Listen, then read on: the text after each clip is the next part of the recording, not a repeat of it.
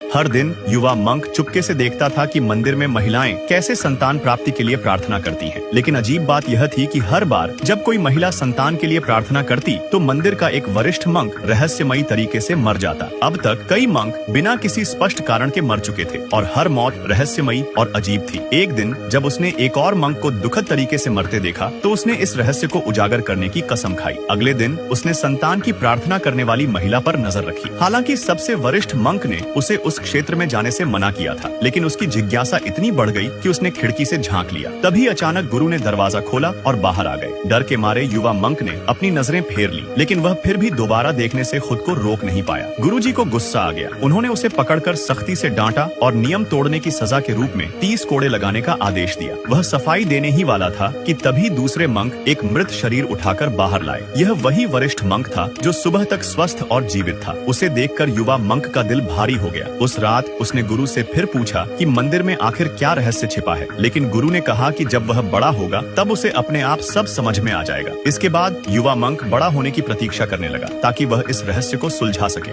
10 साल बीत गए और भी महिलाएं संतान की कामना लेकर मंदिर आने लगी और साथ ही और अधिक मंक मरने लगे। इस रहस्यमयी घटनाओं से मंदिर में एक अजीब सा सन्नाटा और भय छाने लगा। एक दिन एक मंक जल्दी से उसके पास आया और बताया कि गुरु मुख्य हॉल में उसका इंतजार कर रहे हैं। गुरु के चेहरे की बेचैनी देखकर युवा मंक के मन में डर बैठ गया। जब वह मुख्य हॉल पहुंचा तो उसने गुरु से पूछा कि क्या वह अंदर आ सकता है, लेकिन गुरु ने एक गठरी निकाली और कहा कि बिना कुछ पूछे इसे लेकर दूर चला जाए और कभी वापस न लौटे। युवा मंक यह सुनकर स्तब्ध रह गया। उसे समझ नहीं आ रहा था कि गुरु उसे इस तरह क्यों भगा रहे हैं। क्या उसने कुछ गलत किया था? उसने गुरु से प्रार्थना की कि वे उसे कारण बताएं, लेकिन गुरु ने एक जोड़ी कैंची निकाली और धमकी दी कि यदि उसने तुरंत मंदिर न छोड़ा तो वे अपने सामने आत्महत्या कर लेंगे। यह देखकर युवा मंक ने गुरु से कैंची नीचे रखने की विनती की और वादा किया कि वह तुरंत चला जाएगा। उसने गुरु के प्रति सम्मान दिखाते हुए 3 बार सिर झुकाया और बाहर चला गया। लेकिन वह सच में नहीं गया, बल्कि उसने खुद को छिपा लिया और इस रहस्य का पता लगाने के लिए मंदिर में ही रुकने का फैसला किया।